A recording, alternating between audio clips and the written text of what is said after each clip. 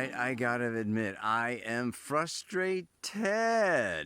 This is Kai Pacha with the weekly Pele Report, and this one is actually for August 4th, but today I'm actually doing it on July 31st because I'm going backpacking all week and I'm going to be out of range, and I feel a responsibility to my listeners because I have not missed a week of the Pele Report since 2011. So I'm pre recording this thing on a day when what? The Sun, Mercury is opposite Saturn. Talk about blocks, limitations, and obstacles. Oh my God. I've been walking and walking. First of all, I got so much to do before I go that I don't have time to go down to the frickin' river today. So I figure I'm going to, go out to this point where I'm going to get this great view of the river. But what happens? I end up walking and climbing and hiking and descending. Now I'm on a freaking deer path with the other path like somewhere up there. I mean, these hills are so full that you can't even see the frickin' river. Oh my God. It's just, actually, you can see the river. I'm going to show you the river. Can you see down through there? I did get a shot of it. There at the beginning. That's the American River. Oh my God. So anyway, by the time you listen to this report, okay, it will be Wednesday the 4th. That's when we're going to post it. Make it public, and by then the sun will be trine Chiron. That is on that Wednesday. The moon will be square Chiron. Okay, so that is the moon in Cancer with the sun in Leo. As you know from last week, the sun is conjunct Mercury, right? And the sun is going to move on in square Uranus, okay, by Friday. So really, we've got this square happening, right? The sun, Mercury, opposite Saturn, square Uranus. It's like, wow. I got lots to talk about, and I'm going to fill you a bit more in on that. But the square to Uranus is actually exact on Friday. Then through the weekend, we've got the new moon. That new moon happens over there in Leo. Yeah? And it is at 16 degrees 14 minutes. And then she starts off a new cycle. So we're finishing, this monthly cycle, balsamic endings, just kind of time to let go of things and get ready to start anew again, okay, for another cycle with that new moon on Sunday. In the meantime, Venus is coming into that opposition with Neptune. She's in Virgo. Mars is in Virgo. It's another thing kind of ticking me off a little bit. Mars is not, really comfy, cozy in Virgo. And he's going to be there for a couple of months. So don't plan on getting too cozy, comfy for a couple of months. Mercury is opposite Jupiter next Tuesday. That's coming up. It's in conjunct Pluto. Yeah, so, these are kinds of things that, are happening. And, of course, the moon's nodes, Mars is going to come in and square the moon's nodes also by next Tuesday. It's exact, but slow enough to be lasting for a while. So, yeah, that Mars and Virgo squaring the nodes in Sag and Gemini. So I don't know where I'm going to sit and look at the camera, but I will. See ya. Okay. Well, I gave up, man. This, believe it or not, is the top of the hill. And if you could see way through there, you would have a beautiful view of the American River Canyon. However, I've walked around here maybe 2 hours now. I set up along the path, and a bunch of joggers came by, and I was like, no, it's not happening. I mean, this is just like so Oh, Saturn opposite Sun, Mercury. You've got to have endurance and perseverance and not take things personally. These are the lessons of Saturn. The great master teacher is patience. Hang in there. Don't get all emotional. It's just business. It's just duty. It's just your job. It's just whatever.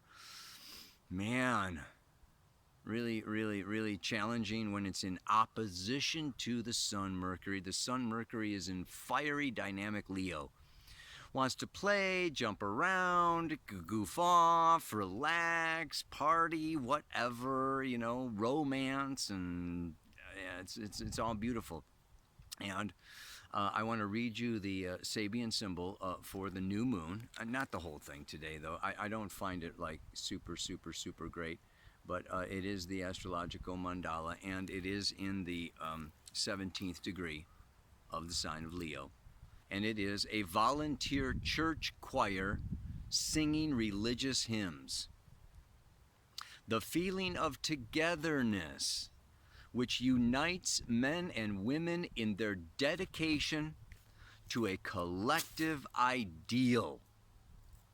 Now, togetherness. I was just thinking about that because here we've got the Sun, Mercury, and Leo, opposite Saturn, okay, up in Aquarius, squaring Uranus in Taurus.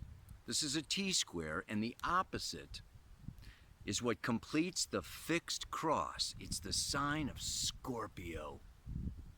And Scorpio is also hugging, full body hugs. It's emotional union, connection, soulmate union. And so, these lion cubs like to, cuddle and snuggle and play around and roll on top of each other. And Scorpio loves to just like merge and unite and alchemically bind itself to others. Okay, but then we've got this other stuff going on. We've got social distancing going on. We've got mask wearing going on. We've got, lockdown going on. I mean, this is, right? Talk about the polar opposite. This is Saturn in Aquarius. Saturn is the co-ruler of Aquarius, and Aquarius is the most distant, aloof, objective, sign of the zodiac. It is on its kind of way out. It's the 11th sign, the 11th house, okay, is about getting up, out, and away, way. It's co-ruled by Uranus. Extraterrestrial intelligence, geeks and computers and numbers and space and astrology and the eccentric, scientist or whatever that is like, got working on the third eye laser beam. Okay, again, into the witness, the observer, outside of the ego and the playful child and the one who wants this sense of togetherness. And so we can see these polarities happening, and I talked about that polarity a little bit, last week, but, I want to go into it more now because we got to talk about Uranus. And, Uranus is in the sign of Taurus. It goes around every 84 years. It spends 7 years in a sign. It's been there for a couple years. It's going to be there for 5 more. And Taurus is about survival, financial survival, physical survival, self-reliance. And Uranus is the great awakener, the great liberator. We need new ways of handling, our survival. We need new ways of making money. Uranus is technology. Uranus is the World Wide Web. So, we've got all these Zooms and videos and social networking and, and so, but it's all what? It's all very cerebral. It's all very distant. In a way, it's kind of inhuman. Yeah, the cyborg state. And so this, this is cryptocurrency. This is artificial intelligence, like really seeping into Taurus. Taurus is just earth. Simple Simon Says, Sitting Bull, Nature. I mean, these are two, Uranus and Taurus is like 7 years of kind of an inconjunct, kind of like an adjustment, kind of like an ants in the pants. Can't really relax. Can't really just let go. Always kind of like getting jolted, getting surprised, getting shocked. Uranus is unpredictable events. Okay, and this is cryptocurrency going up and up and up and down, and this is prices of gas and oil up and up and up and down, prices of food up and down, up and down, up and down. The climate, the Earth itself, okay, just floods, and our ability to survive as a species. We need to invent, we need to innovate, we need to wake up, we need to really find new resources within ourselves, within the environment, new ways of managing our finances, our possessions, our money, our banking, our currency, our food, our clothing, our possessions. Just what possessions, are, really, really the priority, really essential. It's really, and so then, and it's in square to Saturn. So I'm a little upset today. I'm upset today because you know what? I thought that this Saturn square Uranus, it started like in the beginning of the year, like around in January, and it's lasting all year. They came together early in the year, then they separate, and they come together, and then they separate, and they finally come together in December, and then they separate, and then what? I was just looking at the ephemeris today, and oh my God, if Saturn doesn't come retrograde to within a degree of Uranus in November of 2022, what I thought was a 1 year nightmare turns into a 2 year nightmare today, man. Oh, God. And what is the nightmare about? The nightmare is about Saturn and really about the Jupiter-Saturn-Pluto conjunction that occurred last year in 2020. And that began a new, 800-year cycle. I mean, really, we can go back to 1846 BC was the last time they came that close together. I'll tell you what, I am doing a whole nother hour to 2 hour length in-depth talk on BitChute about some of the things that I feel and think more deeply than I wish to express in the Pele Report on YouTube. I've been doing a lot of research, and I'm preparing actually for a talk. I'm giving a talk up here next month in a couple of weeks in Nevada City about the United States, about the future, about 2022, and I'm preparing for it, and I'm going to put another video up.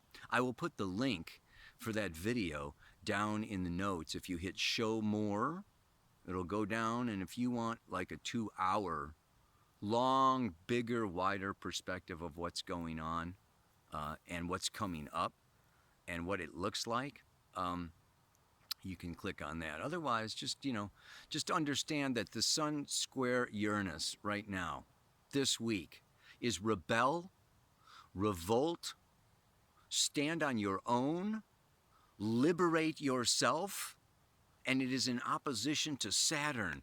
Saturn is external authorities. It is demands and expectations put on us from those who are our employers or our government officials or religious officials or parents, and sometimes it's even kids or our friends. Saturn is having, to do with duty and responsibility. And I was just going around, today and yesterday, like feeling so uptight and so stressed because I made commitments, too many commitments. And then Uranus came along with surprise. You've got to do this and you've got to do that before you go, and so all the commitments you made, you have to kind of, and so this Uranus is unpredictable, sudden events that are outside of our control, that are unconscious, shaking us, surprising us. And so it's like, okay, well, how quickly can you adapt? How quickly can you change? And then you've got this Saturn square coming in with all this pressure and all these expectations from society, from the external authority figures, like I said, from everybody else. We are in this big pressure container. It's like a cookie press. We're all getting squeezed right now. And another thing that really ticked me off is that my daughter she's just finishing up her LCSW, the licensed clinical social worker here in California, and she's working over at the hospital as an intern to get her final 3,000 hours so she can get her master's. And what happens, man? The governor says that all the frickin' healthcare workers need to get vaccinated. Well, she doesn't want to. She doesn't want to get the jab. I don't want to call it a vaccine. It's a jab, right? She doesn't want to do that. But she's got to, if she wants to finish and complete and maintain. Otherwise, she needs to every week get a PCR poison test. I'm going to go farther, deeper into this kind of stuff in the BitChute. But here, I just want to say that this is where the external world comes in with laws, rules, regulations that are, Saturn in Aquarius, and they can use shame on you. Like President Biden is going, oh, the unvaccinated people are the problem. They're getting marginalized now. So there's a whole group, a whole large portion of the population on planet Earth that don't want to get the jab, that are now getting shamed. And this is in the mantra for today. Because very often Uranus and Aquarius is the eccentric, alien, on the fringe, different person that's outside the box, that is unconventional, and can get marginalized. And can get made to feel ashamed that they're different, or guilty that, they are the scapegoat. They become the scapegoat. Those who are different or don't belong or don't fit in or walk funny, talk funny, dress funny, or whatever. It's like, let's, marginalize them. Get them out on the outside. Break up the togetherness of the, this new moon in Leo, the innocent volunteer choir that just wants to come together and sing. Well, you've got the big bad monsters outside that are, crashing in on the church and breaking the organ and disrupting the conductor so the choir can't sing. And so what does it require? What it requires is this, what the Sun square Uranus calls for, is to wake up and not be afraid to be different, not be afraid to step out, not be afraid to speak up, to follow through with Leo the lion and Leo the lioness, and individuate and be original and be unique and shine your individual light like I talked about last week. Only now we need to go farther. Venus and Mars are both in Virgo now. It's going to take work. And the sun and the moon and Mercury are, they're moving on through Leo. And what happens is it hits that 15-degree mark of Leo. It's a sesquiquadrate is the actual aspect. It is the shift in the phasal relationship, okay, from being the first quarter into being the gibbous. And that 15 degrees of Leo is where the soul is the most full of itself.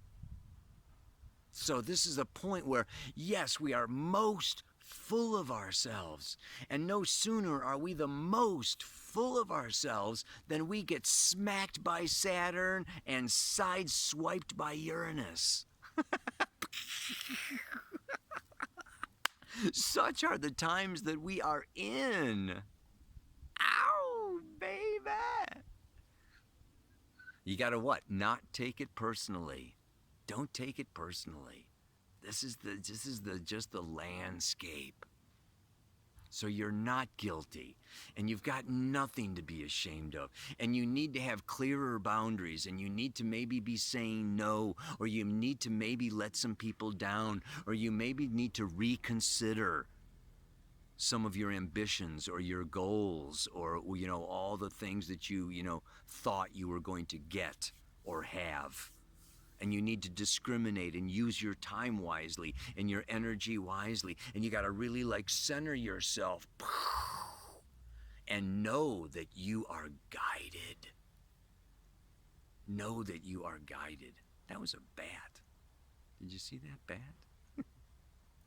There's some ruins up here behind me. This is kind of a spooky place up here, Anyway.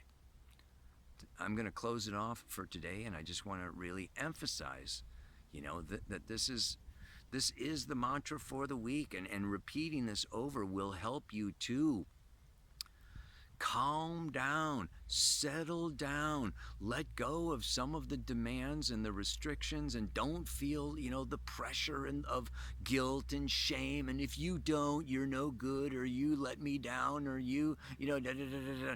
it's time to maybe get small. We're moving into Virgo is the sign of humility, where Leo gets humbled. So no sooner do we get full of ourselves in the middle of Leo than the outside world comes and humbles us. So take that moment, inhale that great big breath, beat your chest like Tarzan or Jane or whoever King Kong, I don't care, man.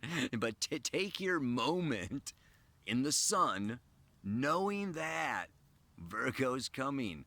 Service and work, and it's gonna just okay, I got this purpose or this idea, but now, man, I gotta come down, off my throne or my mountain. The bugles stop blowing, but I still need to keep on pushing. It's like last week's. We gotta push on through this, and we're gonna have to push for a couple more years, and I'm gonna get more into that, like I said, on BitChute. I think that's where I have my channel. I know there's Rumble and BitChute. There's a bunch of them now. I think it's BitChute. Anyway, I will not be shamed, forced, or coerced, but will follow my voice within, knowing that I am guided and not subject to others' whims. There's a time to rebel. There is a time to revolt. There's a time to step back, to step out, to step up, to go your own way. Oh, there's our song for this week. I forgot about the song for this week. I was under so much pressure. You can go your own way. Go your own way. I think that's by I think it's on Rumors by Fleetwood Mac. Go your own way. You can go your own way. Today. I will not be shamed, forced, or coerced, but will follow my voice within, knowing that I am guided and not subject to others' whims. They're whims. We've got some people laying down laws and making up rules that are not natural laws. They are these own huge egotistical whims. And we need to discern, Virgo, between what is true, moral, right, and whimsical. Namaste. Aloha. So much luck.